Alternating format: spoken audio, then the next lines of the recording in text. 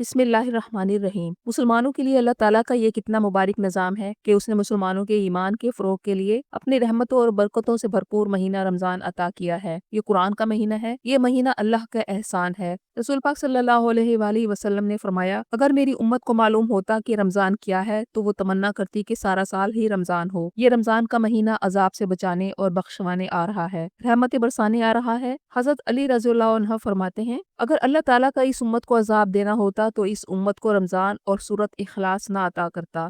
رسول پاک صلی اللہ علیہ وآلہ وسلم صحابہ کرام کو رمضان کی خوشخبری دیا کرتے تھے۔ اس مہینہ میں نفل عبادت کا ثواب فرض جتنا اور فرض کا ثواب 70 گنا کر دیا جاتا ہے۔ شیطان کو پابندے سلاسل کر دیا جاتا ہے، جہنم کے دروازے بند اور جنت کے کھول دیے جاتے ہیں۔ رمضان کی آمد ہے، ہم اس کی تیاری پہلے سے کیسے کریں کہ اس مہینے سے زیادہ فائدہ اٹھا سکیں۔ ہمیں پہلے سے ہی اپنے ایمز اینڈ گولز کو سیٹ کرنا ہوں گے، کیونکہ رمضان قریب مارچ میں آ رہا ہے تو آفس ورکنگ آورز بھی ہوں گے، اسکول اور کالجز بھی اوپن ہیں اور بچوں کے لیے امتحان کی تیاری رمضان کے ساتھ چل رہی ہوگی۔ تو ہم کیسے رمضان کو لائف چینجنگ بنا سکتے ہیں؟ اس کے لیے ہمیں سب سے پہلے خود کو تیار کرنا ہے۔ مثال کے طور پر اگر آپ نے شمالی علاقہ جانا ہے تو آپ تھنگس ٹو ڈو کی لسٹ بنائیں گے، لوگوں سے معلومات لیں گے، مختلف ویڈیوز دیکھیں گے کہ آپ نے کیا کچھ لے کر جانا ہے، کہاں کہاں گھومنا ہے، کہاں نہیں جانا، بکنگ کہاں کروانی ہے۔ آپ لوگوں کے ویوز اور ریویوز دیکھیں گے، پھر آپ تیاری کریں گے۔ لیکن اب رمضان کے معاملے میں بھی ہمیں زیادہ سے زیادہ ریسرچ کرنا چاہیے۔ ایک مسلمان کے لیے جاننا ضروری ہے کہ رسول پاک صلی اللہ علیہ وآلہ وسلم کیسے رمضان کا استقبال کرتے تھے، کیسے گزارتے تھے۔ آپ کمر بستہ ہو جاتے تھے اور بستر پر کم تشریف لے جاتے تھے۔ حضرت عائشہ رضی اللہ عنہا فرماتی ہیں،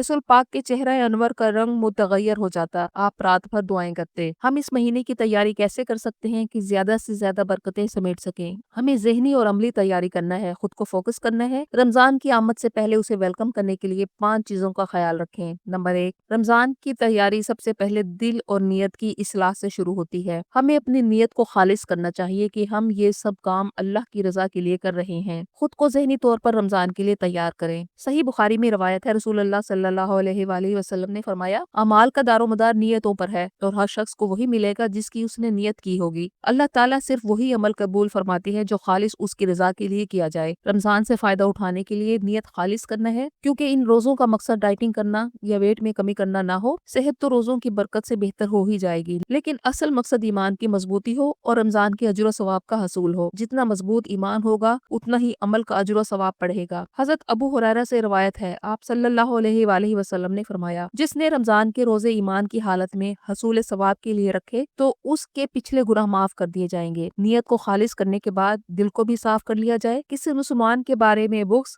حسد، کینہ، عداوت، غصہ، تعصب نہیں ہونا چاہیے۔ حضرت عبداللہ بن مسعود سے کسی نے پوچھا کہ آپ لوگ رمضان کا استقبال کیسے کرتے تھے؟ تو انہوں نے جواب دیا کہ کوئی شخص اس بات کی جرات نہیں کرتا تھا کہ رمضان کا چاند نظر آ جائے اور اس کے دل میں ذرہ برابر بھی کسی مسلمان کے بارے میں بغض اور کینہ ہو۔ رمضان سے پہلے گناہوں سے توبہ کر لیں، اللہ کے سامنے گناہوں کا ندامت کے ساتھ اعتراف کرے، اس کی رضا کے لیے توبہ کرے۔ جس گناہ سے توبہ کر رہے ہیں اس کے بارے میں پختہ عہد کر لیں کہ یہ دوبارہ نہیں کریں گے۔ رمضان شروع ہونے سے پہلے زبان کی حفاظت کریں۔ جو شخص جھوٹ نہیں چھوڑتا، دھوکہ فراڈ نہیں چھوڑتا، اللہ کو اس کے ایسے روزے کی کوئی ضرورت نہیں۔ آپ صلی اللہ علیہ وآلہ وسلم نے فرمایا، تم شیطان کو بھی گالی نہ دو، گویا زبان کی حفاظت کریں، اور ایسے کرنا ہے کہ اگر کوئی آپ کو گالی بھی دے تو گالی کا جواب گالی سے نہ دے، بلکہ یہ کہہ دیں کہ میں روزہ سے ہوں۔ رمضان سے پہلے تھنگس ٹو ڈو لسٹ میں اللہ کے پسندیدہ کاموں کو درج کریں۔ آپ صلی اللہ علیہ وآلہ وسلم سے پوچھا گیا، کون سے اعمال اللہ کو زیادہ پسند ہیں؟ آپ نے جواب دیا، وہ لوگ اللہ کو زیادہ پسند ہے جو دوسروں کے لیے فائدہ مند ہو۔ کسی مسلمان بھائی کی مدد کرنا، قرض اتارنا، کھانا کھلانا اللہ کے پسندیدہ کام ہے۔ آپ صلی اللہ علیہ وآلہ وسلم نے فرمایا، مجھے کسی بھائی کی ضرورت پوری کرنے کے لیے اس کے ساتھ چلنا اس مسجد نبوی میں 1 ماہ کے اعتکاف سے زیادہ محبوب ہے۔ رمضان سے پہلے کوشش کریں اپنے غصے پر کنٹرول کرنا سیکھیں۔ حدیث مبارکہ ہے، جس نے اپنا غصہ روک لیا اللہ اس کی خامیوں پر پردہ ڈالے گا۔ گویا رمضان میں ایمان کو جگانا بھی ہے، بڑھانا بھی ہے اور اس کی حفاظت بھی کرنا ہے۔ رمضان کے لیے ذہنی تیاری کے بعد دوسری تیاری آپ نے عملی طور پر کرنا ہے۔ رمضان اور عید کے لیے خریداری رمضان سے پہلے کر لینی ہے۔ بعض لوگ رمضان کی آخری عشرہ میں عید کی شاپنگ کرتے ہیں اور بابرکت لمحات کو ضائع کر دیتے ہیں۔ کچن کی کیبنٹس کی اچھی طرح صفائی کر لیں، گروسری منگا لیں، کچن کو سیٹ کر لیں۔ خواتین کو رمضان میں عبادت کے ساتھ ساتھ کوکنگ بھی کرنا ہوتی ہے، اس کے لیے کچھ چیزیں پہلے سے تیار کر کے رکھ لیں تاکہ زیادہ وقت کچن میں نہ گزرے اور جسمانی تھکاوٹ کم سے کم ہو۔ لہسن ادرک کا پیسٹ بنا لیں، یہاں پانی کی بجائے آئل استعمال کر کے جار میں ڈال کر فریج میں رکھ دیں۔ سبز مرچیں چاپ کر کے فریزر میں رکھ دیں،